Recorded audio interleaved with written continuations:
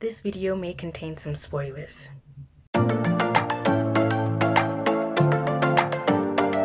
Spider-Man Across the Spiderverse is the second installment of the Miles Morales Spider-Man movie series. Directed by Joaquin Dos Santos, Justin K. Thompson, and Kim Powers, the film has already shattered domestic grossing numbers of the previous 2018 movie Into the Spider-Verse, and it is getting great reviews from critics and audience goers. The film stars Shameik Moore, who reprises his role as Miles Morales, and Haley Steinfeld, who plays Gwen. It also stars Issa Rae, Jake Johnson, Oscar Isaac, Karan Soni, Brian Tyree Henry, and Lauren Velez. The continuation of Miles Morales' story starts when he reunites with Gwen in his home of Brooklyn, New York. Gwen has joined an elite team of thousands of spider people in the Spider Society, where they are tasked with protecting the spider multiverse. When the new threat, Spot, emerges, Miles is faced with protecting those he loves and his position pitted against the other spiders. Here's Talkin with Ziga's review of Spider-Man Across the Spiderverse.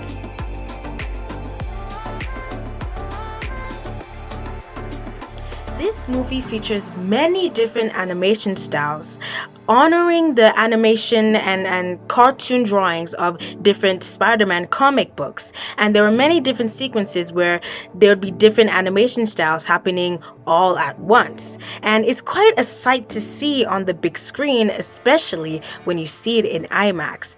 And I think the visuals definitely elevated the film and made it an experience.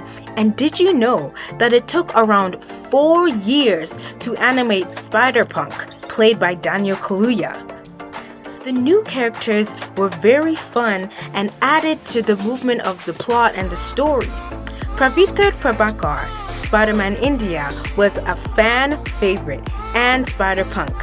Oscar Isaac also performed an incredible performance of Miguel O'Hara, and it was really fun to also see Issa Rae play Spider-Woman, who was a very motherly figure. Literally, she was pregnant. And the Spider Society was very diverse, and it featured Charlotte Webber, who is a Spider-Man that uses a wheelchair and crutches, and also Malala Windsor, who wears a hijab and is part of the Spider UK. There was also a lot of Spider-Man mythology and references to comic books and past Spider-Man films. Daniel Pemberton is the composer of this film, and he did an excellent job with the score. It's incredible to hear how many themes of each character are interwoven at times during certain action scenes, making it feel like a formation of a band.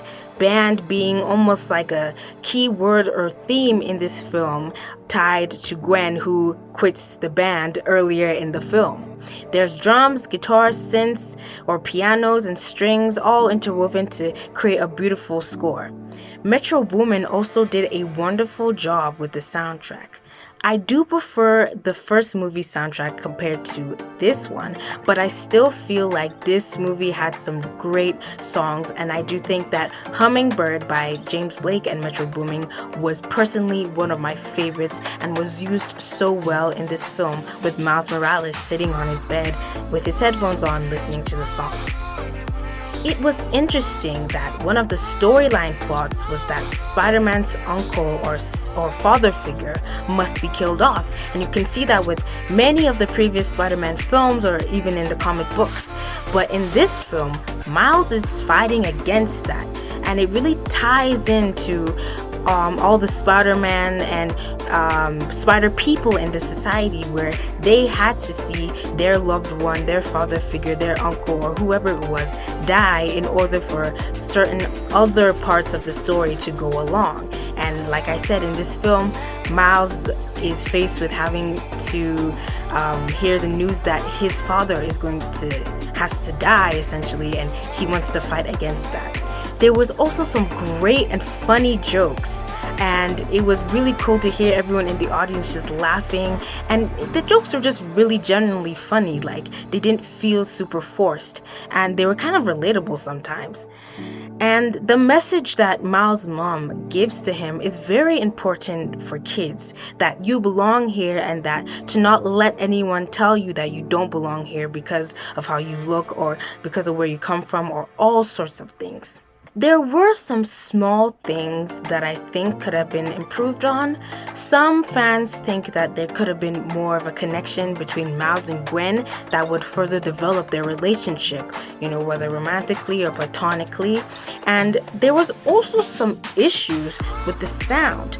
Sony had to actually send an updated version of the film to some theaters because of low audio levels. It was difficult for some people to hear the characters talking over the volume of the music or other sound effects. Personally, for me, at the theater I went to, I thought the sound was pretty good. I would even like the sound to be even louder so I can really feel those vibrations and big sounds, but I thought it was pretty good sound. And though some prefer the first film to the second one, Across the Spider-Verse really outdid itself, and many, including me, are very excited for the third installment of the film that comes out March 2024. That's all for Talkin with Ziga, and I'll see you next time.